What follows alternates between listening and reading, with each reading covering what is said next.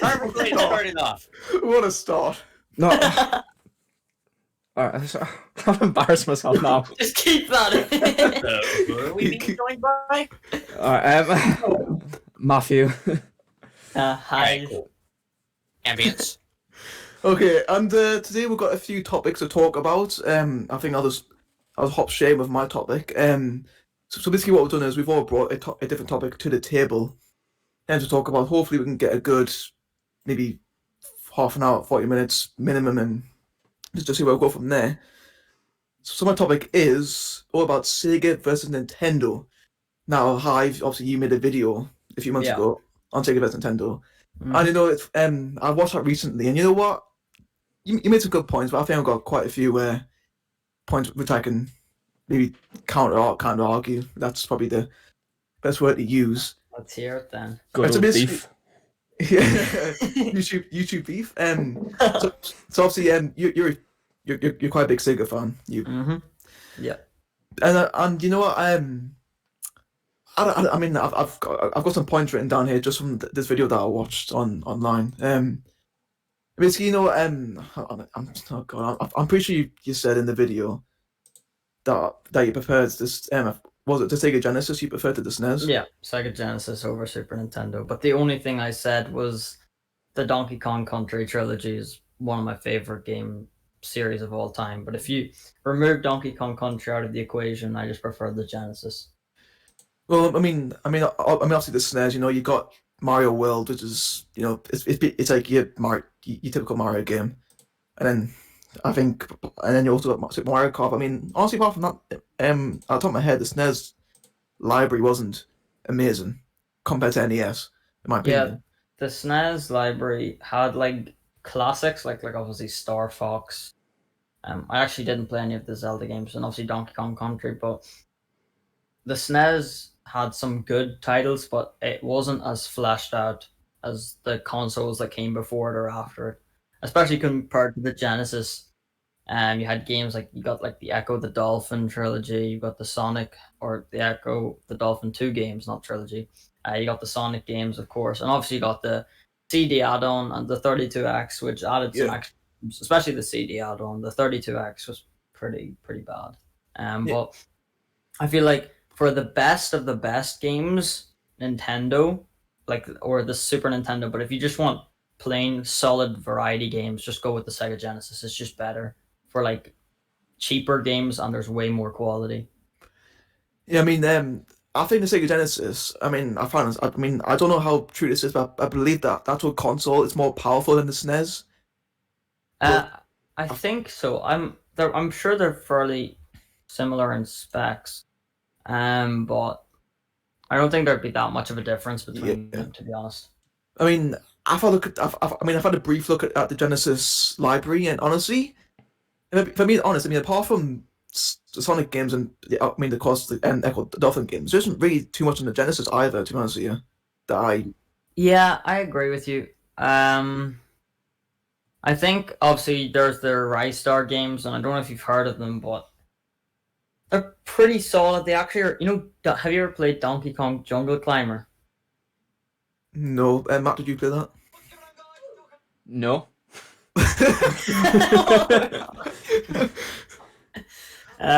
Yeah, basically it's this game just where Donkey Kong basically can like jump and climb, and that's basically what Ristar is. Like, his arms can extend, and I feel like it's got a lot of good hidden gems, but there's no, when it comes to like big names that you'd buy the console for, it doesn't have as much.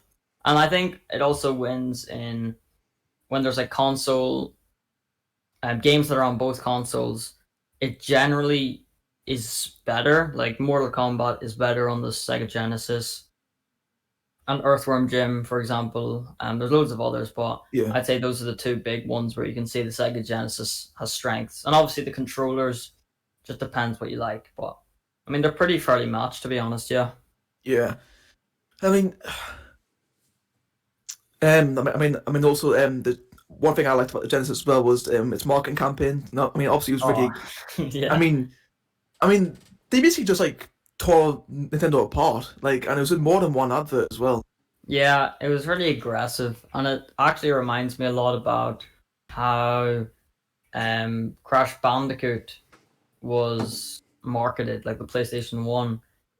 But yeah, I'd say that definitely the adverts. It so like you never see anything like that. Like I'm pretty sure Xbox congratulated Sony on their launch. My God. Yeah, would literally if Nintendo had a bad launch back in the day. Imagine, let's say the N64 flopped and the Sega Saturn like blew up. I guarantee you Sega would have mocked them. I think they But would have done. it just doesn't happen like that anymore, does it? No, which is a shame. Uh, Yeah, it's fun to have a bit of large corporation beef, you know what I mean? and I'm pretty sure. I mean, obviously, as of like now, the SNES has sold more copies than the Genesis has. But obviously, I think at the time in the early '90s, the Genesis actually like sold much more than the SNES. But I don't know. I don't know if anything Yeah. happened. I mean, Coming into the final months, the Genesis took a narrow lead at the really, really end of the race. But obviously now, but yeah, let's say the final day where the 16-bit was the latest, the Genesis was in front. Example, like, I think it's the fact that Sonic came bundled in. A bunch of people saw, oh, free game, cheaper than yeah, the Super Nintendo. Parents just bought their kids the Genesis. It's just how it was. yeah, I noticed. I noticed that, and honestly, I don't want to say that the Genesis did well only because of that, but I think having included Sonic as a free game was definitely a huge factor in helping it get a lot more sales.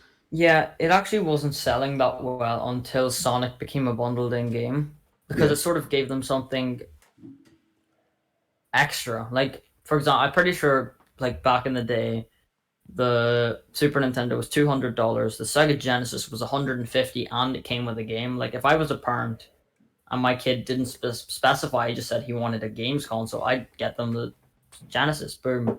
I'm yeah, pretty sure it came with an extra controller as well. I'm not sure though. yeah. So I mean, Yeah. so it was a good marketing strategy there. Mm-hmm. And so Yeah, if for if, sure. so if we move on to the 3D console, obviously the Sega Saturn was the first proper like 3D console, basically. Yeah, yeah. But Didn't unfortunately, go too well. yeah, I mean, I've had a look at the Sega Saturn game library, and I think compared to the N64 and the PS1, the game library is pretty poor. Mm-hmm. Yeah, it like I think I even said in my video, I tried to defend it as best as I could because obviously sort of bias, but like deep down, the problem is that most of the games on the Sega Saturn are also on the N64 PS1, the good ones. The Yeah, few that aren't, like example, Nights into Dreams, Panzer Dragoon, um, Sonic 3D World, Sonic 3D Blast. That's it that I can think of. Like Daytown USA, I think that's like 5 games. But like example, I know we're not bringing Sony into this, but really quickly touch on when you look at the three consoles, PlayStation One had probably the most quantity. And I honestly think it depends because obviously, if you're into sort of the mascot 3D platformers, when it comes to first party games, for sure, the N64 completely outshone the Sega Saturn. But yeah, whenever it comes to third party, they're pretty evenly matched. There wasn't a lot of support for either of them, obviously because of cartridges and the Sega Saturn not selling well. yeah. I mean, I've made it clear on the channel that I don't like the N64 personally. I mean,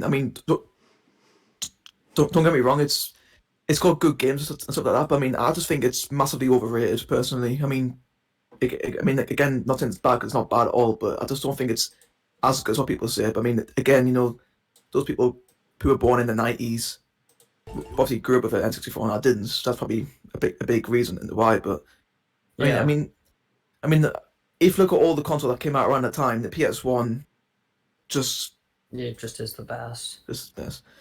Um, Um, like I've got an N64 and a PlayStation 1. PlayStation 1 was actually my cousin's, and they gave it to me for Christmas a couple of years ago. that's cool. Um, and I got the N64 for Christmas, but with my own money the Right, same yeah. year, actually, I think it was. Well. Um, and I was looking at what games I could buy, and obviously I knew Donkey Kong 64. I still stand by it, saying it's a gem, underappreciated.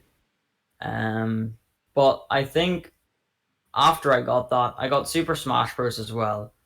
But Yeah. there's not many games on the system. Like, there's a couple good ones, like obviously Banjo Kazooie, Banjo Tooie. But when it comes to like wanting like a massive library of variety, there is none. Most of the Isn't. games are mascot platformers, well, the good ones anyway. So yeah, I don't really see why people. I can see why people defend it so well, but it's like the same reason people would defend the GameCube. They're Yeah. both great, great games, great consoles. Well, maybe not great console with the N64, but good games, really solid games. But the variety is not there. You know what I mean? Yeah. Yeah. It's funny because it's like I actually believe the GameCube is actually quite underrated personally, just because I think. I mean, I thought it's underrated because there are a lot of like. I mean, I wouldn't say like nostalgic games, but there are games on there which, if you speak about them, people are like, oh yeah, I know that game. Yeah. But I I mean, think sorry, you go ahead. I think the big part about that, obviously the GameCube sold pretty atrociously. Yeah. Um, and obviously most models of the Wii, my model included, can take GameCube games and GameCube controllers. And I think that's where a lot of the nostalgia comes from. Not so much the console, but the games. Like, whenever I talk to people, I'm like, oh, do you remember Super Mario Sunshine? And they'd say, oh yeah, that was on my Wii. Or do you remember Smash Bros. Melee? Oh, that was on the Wii. Do you remember Pikmin? That was on the Wii. Because it's not so much the console, the controller and the games were good. The Yeah. console itself was underpowered for the time. Same with the Wii, but obviously the Wii had like motion, Yeah. whatever. But yeah. And I think also because obviously during the GameCube's time, obviously the PlayStation 2, which is by far probably the best console of all time. Like, Oh yeah. and then PlayStation 2. I yeah, and mean, then also the original Xbox, which I mean at the time was probably good. But I mean, if you look back on it, it's definitely hasn't. yeah. The original Xbox is basically, I'd say, on the opposite end of the spectrum to the N64. It Yeah. had so many games, but bar like one or two, and I'm talking like Halo, there was nothing that you'd say, I'm gonna get an Xbox because it's only on the Xbox. It had loads of games, but the exclusives were awful. Well, Yeah. not awful, but there were a few.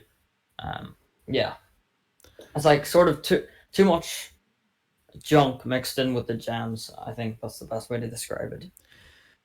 Yeah. I mean, I've had a look at all the major consoles of all time, like the sales, and obviously the GameCube only just barely outsold the Wii U. And Yeah, and the Wii U, obviously, as we know. I mean, it's weird the Wii U because I mean, for starters, they shouldn't have called it the Wii U Yeah, because I think they're trying to capitalize on the Wii success. but then people thought, why would you want? I think that's actually the same thing with my parents.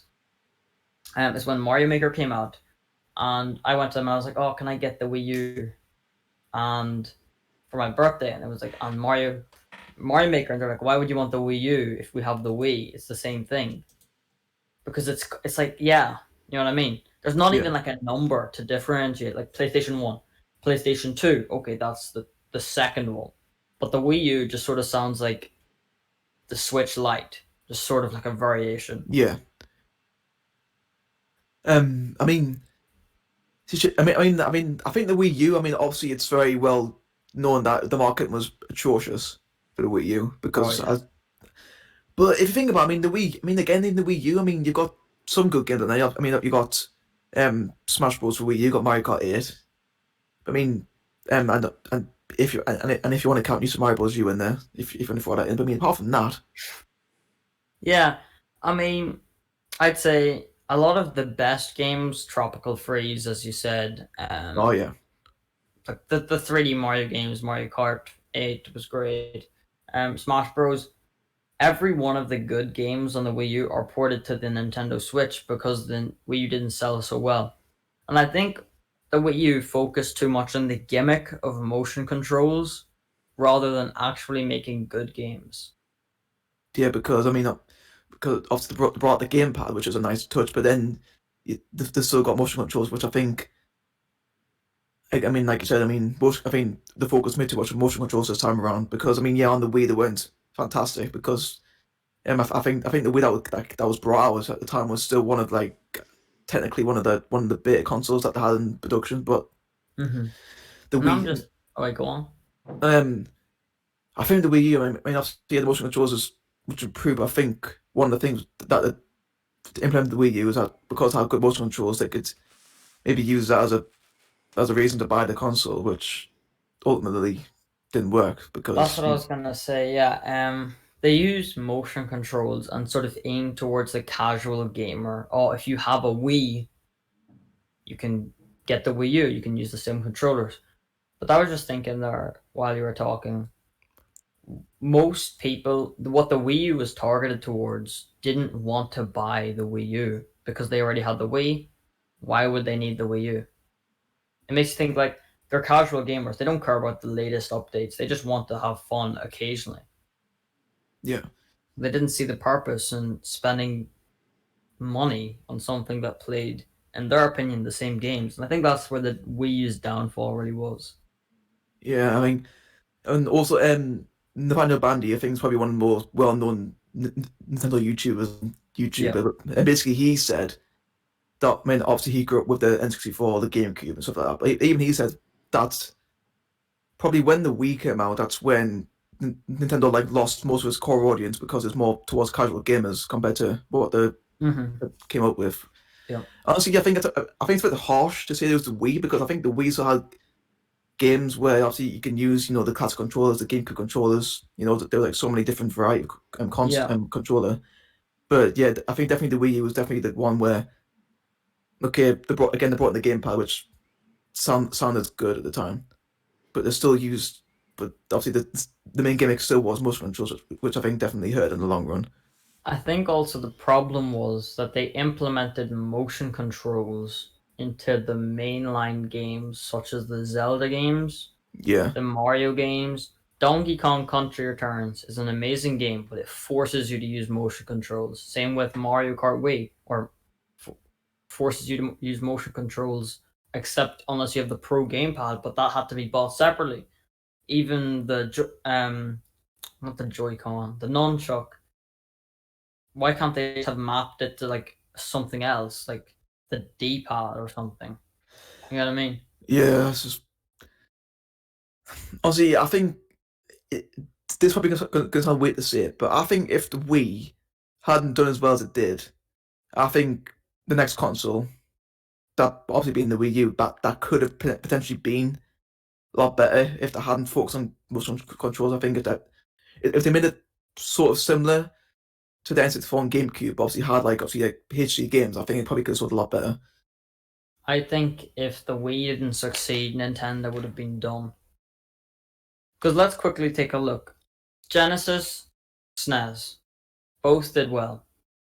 N64, Saturn, both didn't do very well, but the N64 did just a bit better than the Saturn, and obviously Sega had been losing money.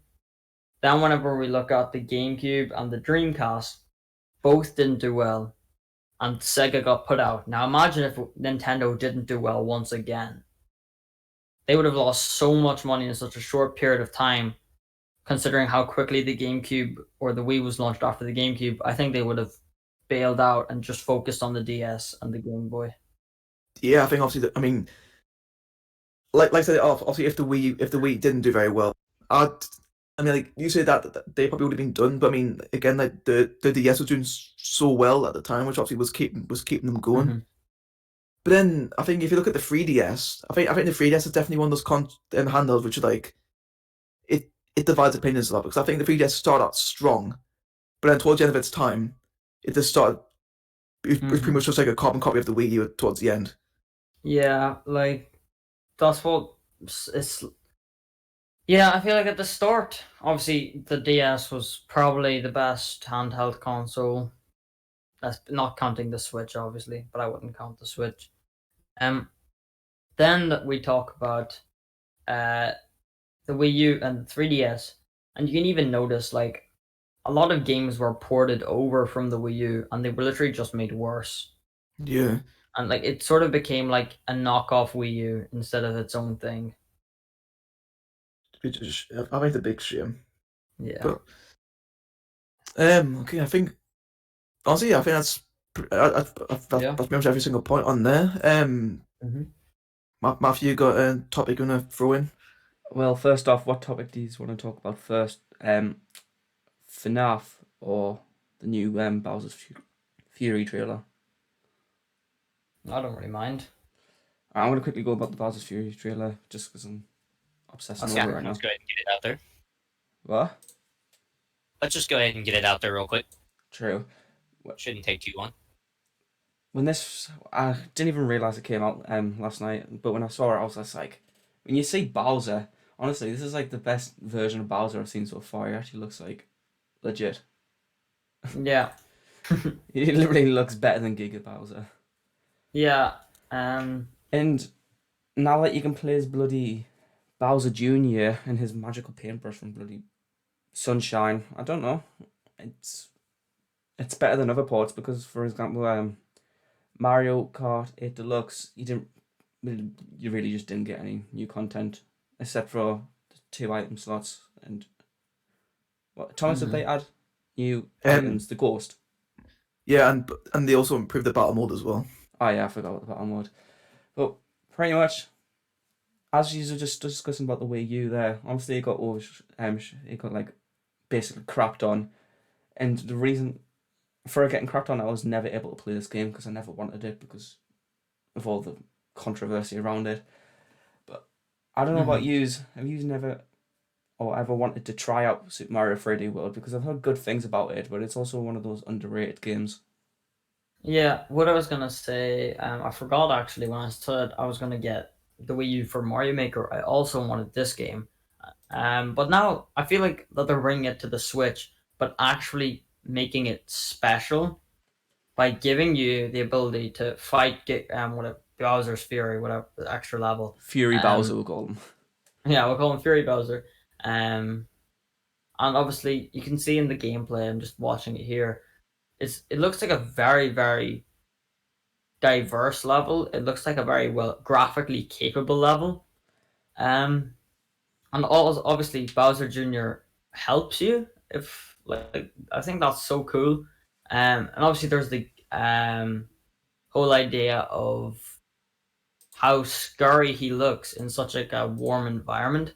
And I think personally it looks amazing. I'm probably gonna get this maybe for Christmas. And especially obviously you can use the Mega Bell to basically become humongous. You And then literally become a fight. lion.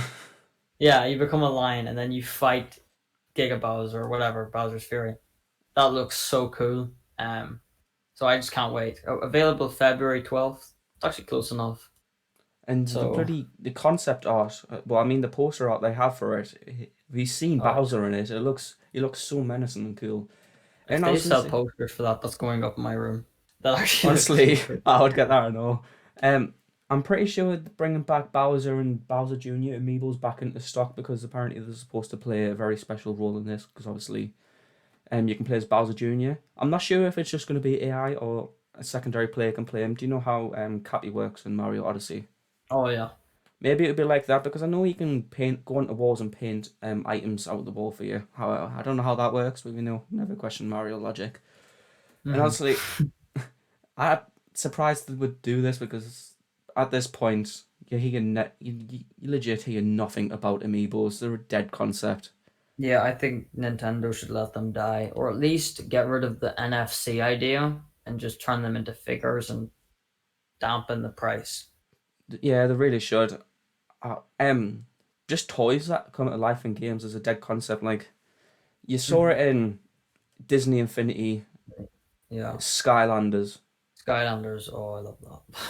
Right. Skylanders was a huge thing back in the day. I played like every one of those games up to Superchargers, and I thought the concept was really neat, but it was a concept that was never going to stay around for very long. It was like this novel thing that just didn't have a whole lot that you could get from it. Yeah, Honestly, it's I more agree. so. It's more so the figures. The games themselves are literally spam a button and you will win. Um, The but gameplay of Skylanders was very lackluster, I will admit. yeah, replayability value is about zero. But one thing that I think is cool is I still have my entire Skylanders collection displayed in my room, and also I'm pretty sure they're actually making a game with augmented reality in it, like Pokemon Go, FNaF AR mixed together into a Skylanders game. I don't know how it's gonna work, but It apparently it's sounds coming. unique. But yeah, I remember I stopped playing. We literally weren't really off topic talking about Skylanders now. I stopped playing Skylanders at Swap Force. At that time, I think they just milked the trend out a bit too much. But Hmm. back to Super Mario 3D World, I was saying to Thomas, this game is more visually stunning than Odyssey, and that's a big opinion. But personally, I don't Hmm. know. Just the design style of Odyssey puts us off it a little bit. But have you seen the Yeah, Savannah level on 3D World? the what now? The Savannah level, like I don't know how to explain it. Like The one in like it's like a Oh, I desert. know. I think I know the level he's talking about. Is it that like huge open level? yes, Okay, Oh yeah, I yeah. I, love that one. That was one of my favorite levels in the game. I think I that is a think. prime example of visually stunning. Hmm. I think. Um.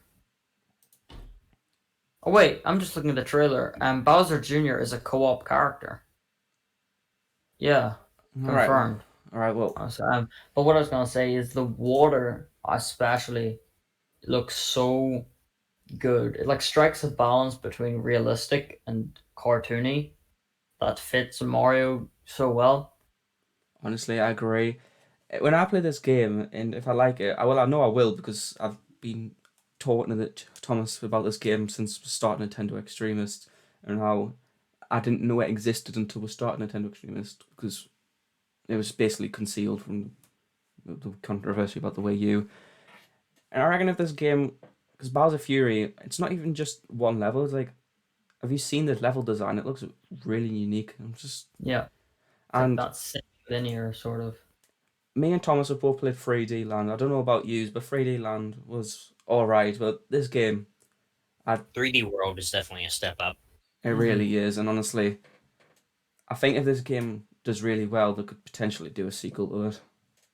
Absolutely. And the last thing I want to say is aside from the whole amiibo thing, which I think should just be dead at this point, this is kind of the direction that I want to see Nintendo start to steer in when they're making these ports. Like, I think it's great that they're releasing all these great games that were originally on the Wii U onto Switch so that more people have a chance to play them.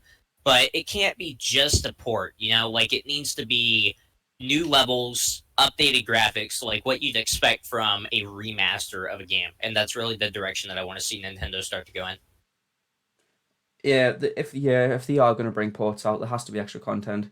That's why. Um, yeah, I don't know what I was going to say there. It just it was in my mind, and then I spoke, and then it went right out of my mind. All right, well, I'm gonna let Hive or Ambience just talk about FNAF for a bit, and I'll contribute. All right. Well, do you want to just talk about the Well, I wouldn't call it a trailer, but the RTX The thing. yeah, the demonstration RTX. RTX. Yeah, that sounds good.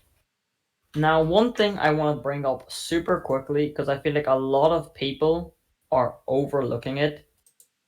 And I said this first thing I said was I'm underwhelmed by it, and I was because I didn't know that it was not actually a trailer. Right. One thing I want to I'm just watching the trailer right now, and El Chip is actually in the game. Do you remember El Yes. Chip? Yeah. Yeah, Ah, the yes, Mexican. Mexican beaver. There's the Mexican food, and you can actually see there's a plushie of him. So what I'm trying to think, I don't think that Scott has actually showed us every animatronic that's in the game. So far, we've seen Moonface, Right. Glamrock Chica, Glamrock Freddy, Montgomery Gator, and Roxanne Wolf. and Um, Vanny. Yeah. yeah, but I don't know if that's an animatronic. It's like half robot, half human anyway. Yeah, that's true. Like Spring Chat, basically. And I think, and this is just obviously speculation, the teaser doesn't really give much away, but I think that we could be seeing another animatronic that sort of plays a secondary role. Does that make Okay. sense? Like, sort of like Foxy from the first game. Yeah, right. Like a hidden animatronic that you don't notice in the game until you play it. Yeah.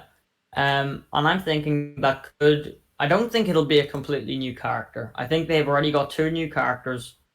Obviously Montgomery Gator and Roxanne Wolf. Roxanne Wolf. Right. I think it'll either be Rox or Glamrock Bonnie or um a version of one of the Rockstar animatronics sort of brought forward. But I think there has to be another. There's going to be someone else. They can't have just shown us all four. There's going to be a surprise somewhere. Yeah, and the inclusion of El Chip really, like, even if he's just a background event, really makes me wonder if maybe there is something from, like the pizzeria section of FNaF 6 or Ultimate Custom Night hidden in this game. Like you said, one of the Rockstar animatronics. I think that'd be really cool. Yeah, actually, Scott did say he was working on an Endless Tycoon, and that might be a mode that's coming in the future.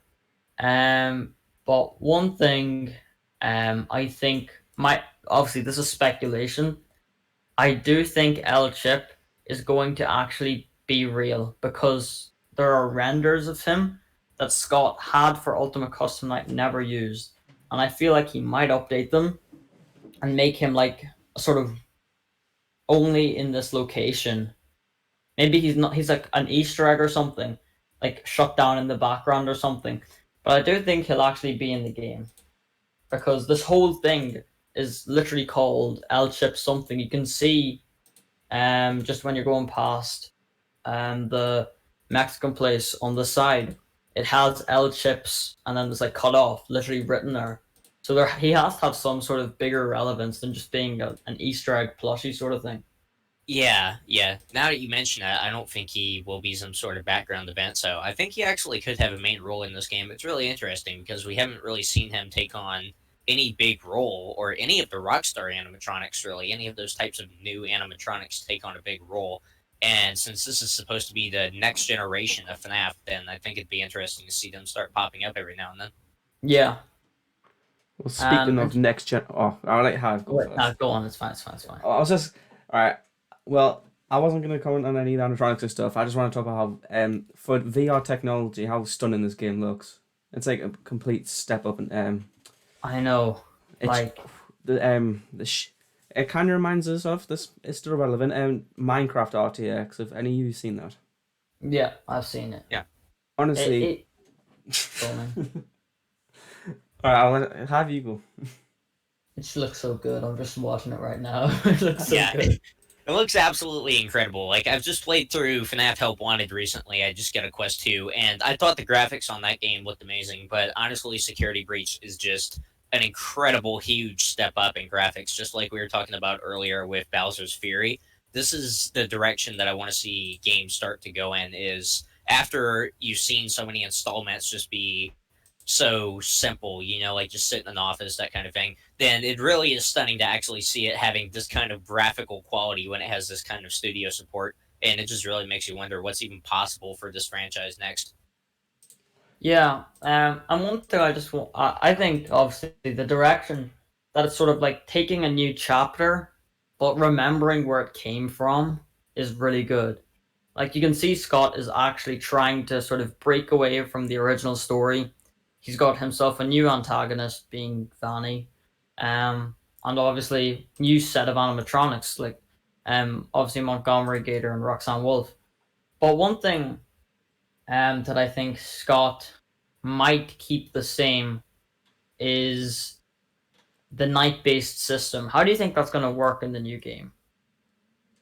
Honestly, just looking at the trailers of this game, I feel like it's going to be more objective based, like Sister Location. Like, it just feels like it's going to be fully free roam, and that doesn't make too much sense, in my opinion, if it's time based, because I feel like players would be able to find some type of exploit, or it just wouldn't make much sense. So I think it is actually going to be more objective based, or maybe some sort of time mechanic.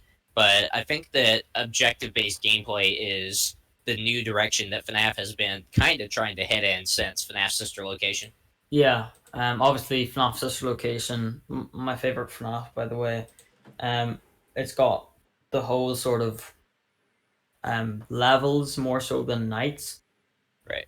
And FNAF 6, if you wanted to, you could spend 3 hours sitting in the office because all you have to do is just finish off the tasks and go. But one thing that I have a feeling, I don't know, might happen is during the daytime, you can roam around and like on the first day and sort of get familiar with the areas, and then at nighttime you have to sort of use what you've learned and like different hiding spots, like maybe um in the diner area there's a little like cubby hole in the corner of like where they serve the food, and maybe you can hide there, but you would only know that if you explored that area. Because I really think this is going to be like proper open world. Like you can go anywhere whenever you want, but obviously there's like set objectives to do. I think that would be an awesome direction for the series to go in. One of my biggest complaints with FNAF Sister Location, and I think it's a great game, I just played through it again recently, but my biggest complaint with it is that even though it's a free roam game, it feels incredibly linear still. Like there's only one way to end the night, and the game Mhm. basically tells you where to go. And except for when you venture into the private room, for example, on night 5, then there's not really anywhere where you can say, okay, well, I want to check this out instead. So I Yeah. think an open world free roam FNAF game that's objective based is the next logical step for this franchise to take. And as someone whose content is based around creating strategies for these types of games and looking into how they work, I think a free roam FNAF game where like strategy is a major factor would be absolutely incredible. Hmm. But I think the game being good and bad is going to. I obviously think it's going to be good. Every FNAF game has been good Right. to some extent. Obviously, FNAF 3. Some people say it was a bit Uh, dodgy. FNAF 3. It's definitely the weakest in the series. Hmm. Yeah. Literally just talking about that. It's just not. It's not a good game. Anyway, we'll move on. Um, like I think it would be so interesting to sort of see how Vanny's AI is. Would she be waiting for you? Would there be like trigger locations, or maybe there'd be like ways to outsmart her? Like example, I have to go to the gift shop to go on a computer and like download a file, but I started in the Mexican restaurant. And what I could do is like make a big noise by like throwing around some pots and pans, attract her, and then maybe like trap her in like a room and then run quickly to the gift shop. Or would you sort of go into the gift shop and she'd already be in there and there's nothing you can do? It's like when you first walk in, it's just set there. What do you guys think? I think that'd be really interesting. I think something that would be really cool is if this game kind of took from another horror game called Hello Neighbor. Oh It yeah. had an amazing concept, in my opinion, like a smart AI that learns what you do. And there's only one AI, but it's so strong. Like that kind of concept, basically, I've always wanted to be fully realized in a game because I don't feel like Hello Neighbor capitalized on the concept. Yeah. So if Security Breach did something like that, where Vanny seems like a character that would be smarter than any of the other animatronics because there is obviously a human side to her. Yeah. So I think that'd be really interesting if the game is so much about strategy, but the AI is also really good at strategizing and figuring out what you're going to do. Yeah, I think obviously Hello Neighbor's solid game. Not as good as I hoped it would have been by the time the final game came out, but it was good. One It thing I was want to solid. quickly touch on is obviously in the first trailer we can hear what we assume to be Glam Rock Freddy's voice. I doubt it's Montgomery. It's clearly a male. It's deep. So that rules out Chica and Roxanne, and I think it'll be Glam Rock Freddy. Yeah, it sounds more deep and relaxed than I would imagine for Montgomery Gator, so I would imagine that it is Glamrock Freddy. Yeah. And obviously we've seen the little like figurines with the where Gregory's actually sitting in the chest of Freddy. Right. One thing that a lot of people have been saying is that the animatronics help you, but I've got a sort of different thought process to that. Okay. I feel like starting on the first night, all the animatronics are helpful in one way. Like example, Glamrock Freddy, you could hide inside of his chest. Glamrock Chica could maybe go back to her FNaF 1 roots and make like a disturbance noise somewhere that attracts Vanny. Roxanne could, I don't know, make the lights flicker in the room that Vanny's in. And Montgomery Gator could maybe go up and, I don't know, just a quick example, hit Vanny or something. Probably won't be a thing, but I'll just say that. That sounds pretty funny. Honestly, I'd like You to just see look behind you. Montgomery just swings his guitar, just slaps him across the head. that'd be awesome. Um, no, but and then as the nights progress, you slowly lose those assets to you. So first night, Roxanne is gone. So that light flickering, you no longer have the ability to turn off lights. Um, and Montgomery goes the next night or next section of the game, whatever progression system we're talking about. And he can no longer stun Vanny or distract Vanny for those couple of seconds. And then you lose Chica, so you can't use the audio lure. And then eventually you lose the ability to hide inside of Glamrock Freddy, and you're finally all by yourself. And you've got That's nothing to help you, sort of thing. That's what I think would be really cool to see. That's a really interesting take on it, and I actually like that better than what a lot of people have been saying because it makes sense like how the difficulty of the game would ramp up. Not only Vanny getting smarter, but also slowly losing resources, and it would make sense from a lore perspective, in my opinion, also because we see in FNAF 3, as bad as it may be, the mini games I think in that game were actually pretty cool. Because each night we would see Afton run out and he'd dismantle a different animatronic. So if Afton is supposed to be kind of the puppet master of Vanny in this game, then I think it would make a lot of sense for Afton to teach Vanny how to do that almost. So Vanny would just dismantle a different animatronic every night, like that type of thing. Mm-hmm. Yeah, but one thing, obviously there's the debate, are you going to be playing as Gregory? Are you actually going to be playing as the animatronics? Or are you going to be playing as Vanessa or the Night Guard, who we don't know if it's one character yet? But we'll just say Vanessa for now as the Night Guard. I personally would think, by the way the game has been shown, that we're playing as the Night Guard, but I also think that there's segments in which we play as Gregory, but I'm not too sure. I think just playing as Gregory and having the animatronics help you and then slowly be lost, I think that would be so cool. But I don't know if it's going to actually happen. What do you think?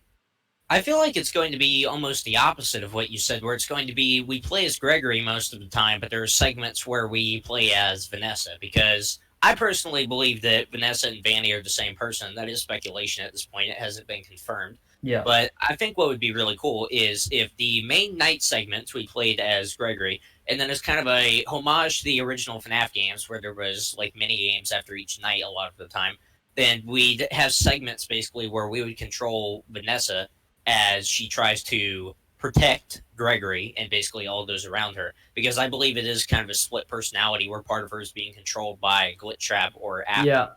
Okay, that is a really, really good idea, just thinking about it. Sort of like Yeah. how, which game was that? FNaF 6, for example. One game, Tycoon, obviously not what we're talking about here. One part of the game, standard FNaF, and one part of the game, obviously the salvages. And I think that'd be such a cool idea. And maybe even, have you played Crash Bandicoot 4? I have not. Well, there's part of it, there's a gameplay mechanic where you play as a different character right before you play as Crash Bandicoot, like Cortex, like the bad guy basically, right before you play as Crash Bandicoot himself. And I think maybe we could play a segment as Vanessa and the Night Guard version, and then where you sort of look through cameras, do tasks, and just sort of be a regular guard. and then at the end of a certain amount of time, maybe at 12 a.m., you start at 6 p.m. to 12 a.m. or whatever, you turn into Vanny, and then you have to you switch to Gregory, and then for the rest of the game, you avoid Vanny. I think that would be a really cool way to sort of utilize the split characters. That would be interesting. Like, basically, my idea, which is really similar to what you suggested, is maybe, like, if it was equal gameplay, then maybe Vanessa's segment could be objective based and Gregory's segment could be time based. Yeah. That makes sense. Like, once you finish the objectives, basically, then you move on, but Vanessa turns into Vanny, and then we switch to Gregory and have to survive until 6 a.m. or something like that. And I'm just thinking of a sort of idea, perhaps. Obviously, she says in the first trailer, your friends are waiting for you. And I interpret that as she has kidnapped the other kids, and Gregory has seen that happening because she says it was a glitch. Obviously, Gregory has seen her do something to Gregory's friends, and I feel like we could. This is what I think will be the final segment of the game. We find out where the kids are, and we recover we lose the help of Glamrock Freddy, and the final part of the game is 4 animatronics plus Vanny, and you have to help get all the kids and yourself out of the building. I think that'll be like a really cool climax at the end. That would be a really great finale, yeah. And Security Breach, like I said, aside from the graphical improvements, I think there's going to be a lot of gameplay improvements, but I also think there's going to be a lot of variety, because I think that was one thing that Sister Location actually did do right, is by this point people were like, okay, like FNaF is pretty much the same repetitive gameplay, and then Sister Location just changed it up completely by having entirely different mechanics every single night. So I think that would be really interesting to see Security Breach do if it had kind of the same mechanics, but there were multiple different segments, and then the finale is just like almost entirely different. Yeah, I feel like that's the direction it needs to go in, because FNAF 1 was great, FNAF 2 was great, FNAF 3 was okay, but it was different at least. FNAF 4 was basically. The first 4 games were too similar, of checking cameras, stopping animatronics. Obviously, Sister Location, you had night 1, night 2, but they were like levels, not so much time nights.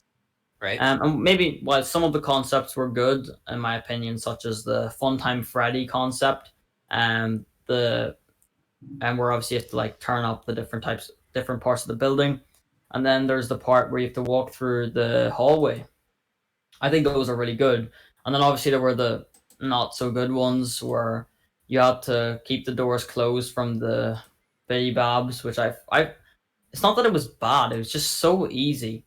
Like, you just have to hold your finger down and you basically win. And obviously the part where you have to wind up the spring blocks, everybody hated those. Like, Oh yeah, absolutely. I think Sister Location was by far the easiest game of the series if we're not including Night 4. Night 4 individually was just really difficult. Not even that. It's just not enjoyable.